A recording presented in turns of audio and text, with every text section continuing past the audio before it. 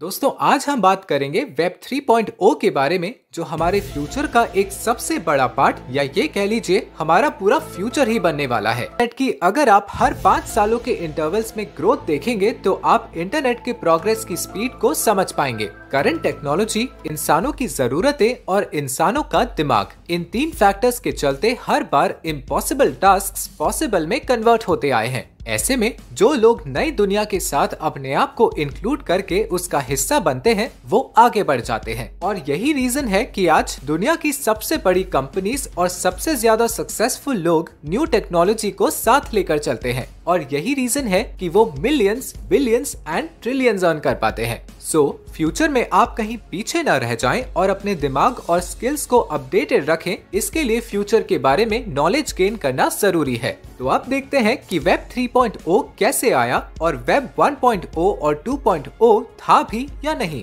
और यहाँ हम आपको कोई स्टोरी नहीं सुनाएंगे, ना ही हम आपको कोई भविष्यवाणी बताएंगे। हम आपको फैक्ट्स, रियल लाइफ एग्जांपल्स और ओरिजिनल डेटा के बेसिस पर एजुकेट करने की कोशिश करेंगे। तो सबसे पहली बात है कि हाँ, वेब 1.0 एंड 2.0 भी थे।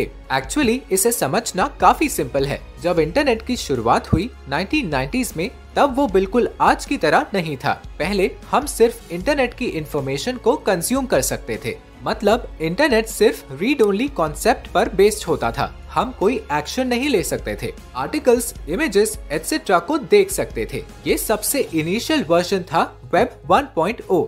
फिर आया एक ट्रांसफॉर्मेशन पीरियड लगभग 2004 के अराउंड। एंट्री हुई वेब 2.0 की। यहाँ काफी चेंजेस आए, इंटरनेट के यूजर्स बहुत बढ़ गए। MP3, MP4, शॉपिंग, ये सब पॉपुलर होने लगा। अब हम न सिर्फ डेटा देख सकते थे बल्कि क्रिएट भी कर सकते थे, शेयर कर सकते थे अपने ओपिनियंस, कमेंट्स एटसेट्रा। इसके लिए फेसबुक, यूट्यूब, ट्विटर और ऐसे कई प्लेटफॉर्म सामने आए। अब जैसे पॉपुलैरिटी बढ़ी, इन प्लेटफॉर्म्स पर एडवर्टाइजिंग भी शुरू हुई और अनलिमिटेड वैरायटी का कंटेंट एंड सर्विसेज इंटरनेट पर आ गया। अब क्योंकि यूजर्स इतने हैं और वैरायटी ऑफ इंफॉर्मेशन इतनी है, तो सबकी प्रेफरेंस या जरूरत भी काफी डिफरेंट हो गई। और हमारे एक्सपीरियंस को स्मूथ बनाने के लिए हमारी जरूरतों के हिसाब के सर्विस, कंटेंट और प्रोडक्ट्स हम तक पहुंचाने के लिए वेबसाइट्स ने हमसे डेटा कलेक्ट करना स्टार्ट किया, जैसे लोकेशन, कॉन्टैक्ट डिटेल्स और अदर पर्सनल इंफॉर्मेशन। इन सब को एनालाइज करके हमारे लिए रेलेवेंट सजेशंस दिए जा सकते हैं।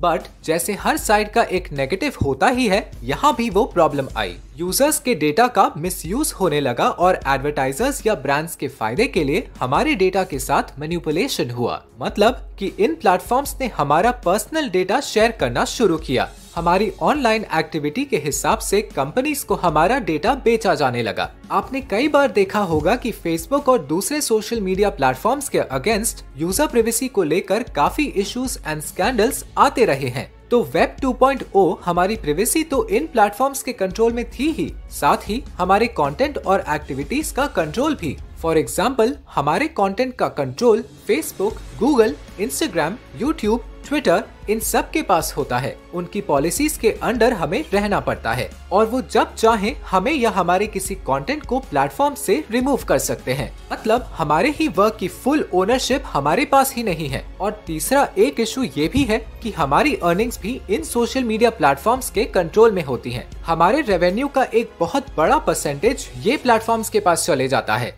फॉर एग्जाम्पल, यूट्यूब एड्स में कई बार 45% जितनी अर्निंग तो यूट्यूब के हिस्से आती है। हमारे पास रह जाता है ऑलमोस्ट आधा रेवेन्यू। सो वेब 2.0 एक ऐसा फेज रहा है जहां सारा कंट्रोल, चाहे वो ओनरशिप हो, प्राइवेसी हो या अर्निंग्स हो, सब कुछ इन सारे इंटरनेट बेस्ड प्लेटफॉर्म्स या वेबसाइट्स के पास है। और अब वेब 2.0 का एरा एंड हो चुका है और वर्ल्ड एंटर कर रहा है वेब 3.0 में। मेन रीजन ये है कि इन सारी प्रॉब्लम्स का तोड़ वेब 3.0 के जरिए निकाला जा रहा है। वेब 3.0 एक कम्प्लीटली डिसेंट्रलाइज्ड वर्ल्ड होगा। इसका मतलब कि कंपनीज के फाउंडर्स, CEOs और उनकी पॉलिसी का कोई कंट्रोल नहीं होगा हमारी प्राइवेसी या यूसेज पर। सीधे वर्ड्स में एक फ्यूचरिस्टिक वर्ल्ड जहां ओनर्स, यूजर्स और क्रिएटर्स तीनों हम ही होंगे। डिसेंट्रलाइज्ड का यही मतलब होता है किसी भी एक इंसान, ऑर्गेनाइजेशन या सिंगल प्लेस के पास कंट्रोल नहीं होता। मार्केट्स और सर्च इंजिन्स सब कुछ डिसेंट्रलाइज्ड होगा। अब आप सोचेंगे कि क्या फेसबुक, ट्विटर एटसेट्रा के फाउंडर्स चले जाएंगे या कोई इन्हें खरीदने वाला है? ऐसा नहीं होगा दोस्तों। वेब 3.0 के टाइम में ऐसे ऑल्टरनेटिव प्लेटफॉर्म्स आ रहे हैं जहां वेब 2.0 की प्रॉब्लम्स अराइज नहीं होंगी। फॉर एग्जांपल, ओडिसी नाम का एक प्लेटफॉर्म इमर्ज हुआ है जहां कंटेंट को अपलोड करने या देखने के लिए टोकन्स का कॉन्सेप्ट है और उन टोकन्स और कंटेंट की एक मॉनेटरी वैल्यू है। वैसे ही ब्रेव ब्राउजर एक ऑल्टरनेटिव सर्च इंजन है। इसमें ब्राउजिंग एंड इंटरनेट सर्फिंग के लिए टोकन्स होते हैं। But how is it possible? ये सब कैसे काम करेगा? इस सब का आंसर है the most advanced and futuristic technology जिसका नाम है ब्लॉकचेन। अब जिन लोगों को ब्लॉकचेन के बारे में थोड़ा भी आइडिया है उन्हें टोकन और डिसेंट्रलाइज्ड शब्दों से ही क्लिक हुआ होगा। हम इस वीडियो में वेब 3.0 के हिसाब से ब्लॉकचेन का कॉन्सेप्ट एक्सप्लेन। यहाँ फाउंडर्स का मेन रोल सिर्फ बिगनिंग में आता है। रूल्स को स्मार्ट कॉन्ट्रैक्ट्स के बेसिस पर फाउंडर शुरू में क्रिएट करेंगे। उसके बाद इन प्लेटफॉर्म्स को हैंडल करेंगे DAO यानी डिसेंट्रलाइज्ड ऑटोनॉमस ऑर्गेनाइजेशंस। यहाँ डिसीजन मेकिंग होगी टोकन होल्डर्स यानी हमारे हाथों में। जिसके पास जितने ज्यादा टोकन्स होंगे उनका उतना ज्यादा स्टेक होगा डिसीजंस में और बाकी के स्टेक होल्डर्स वोट्स के थ्रू अग्री या डिसअग्री करेंगे। दोस्तों, शायद यकीन करने में मुश्किल हो लेकिन यही हमारा फ्यूचर है। एक वो टाइम था जब वीडियो कॉल जैसा कॉन्सेप्ट भी सुनने में इम्पॉसिबल लगता था कि हम कैसे घर बैठे दुनिया के किसी और कोने में किसी से बात कर सकते हैं और देख सकते हैं, लेकिन ये अब हमारे लिए नॉर्मल है। ऐसे ही doubts crypto currency and NFT के कॉन्सेप्ट्स पर भी उठाए गए थे और उससे कितने बिलियनर्स बने हैं ये तो हमें गूगल सर्च से ही समझ सकते हैं।